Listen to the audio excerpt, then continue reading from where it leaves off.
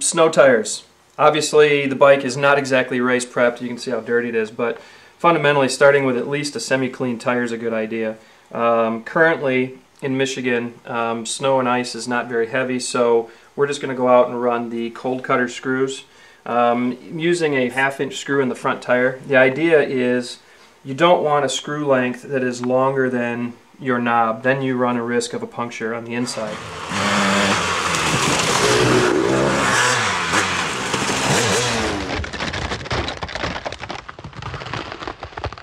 I'm currently not running a wheel liner, which is probably a very good idea if you're running tubes. If you're running bib mousses, obviously there's no issue.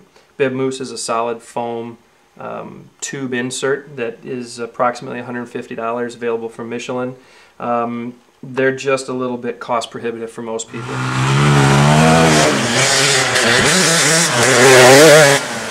The Kold Kutter screws, they typically run around $20, $21 a bag retail.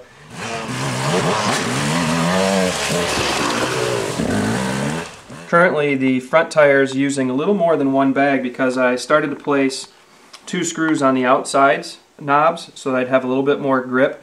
I'm not too worried about when the bike is up in a straight line and vertical yet. I assumed that putting a couple extra screws on the outside would help me with a little bit of cornering grip, which snow and ice is clearly an issue. Installation of the Kold Kutters is fairly simple, especially if you have an adjustable screw gun with an adjustable clutch, such that if you start to drive the screw too far in, it prevents you from driving it all the way into the inner tube on the inside. You want to try and install as vertical as possible, making sure that the underside of the screw face is flush with the top of the knob. If it's on an angle, invariably it will rip out at some point.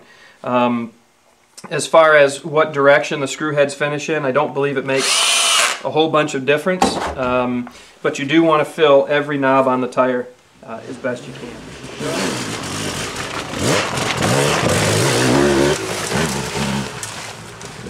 We just talked about the front tire a second ago.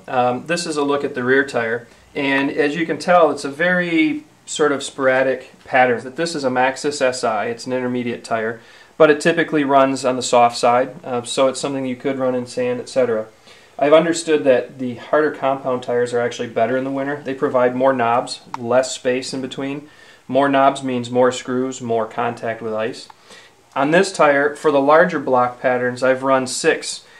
Typically, you could probably fill that with 8 screws if you wanted to. I'm running this and I'll experiment with different patterns as I go along.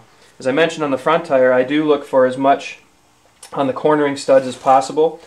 3 in this sort of intermediate stud and 2 on the outside. Again, the idea being that I'd like as much traction as possible when I get a lean angle on the bike.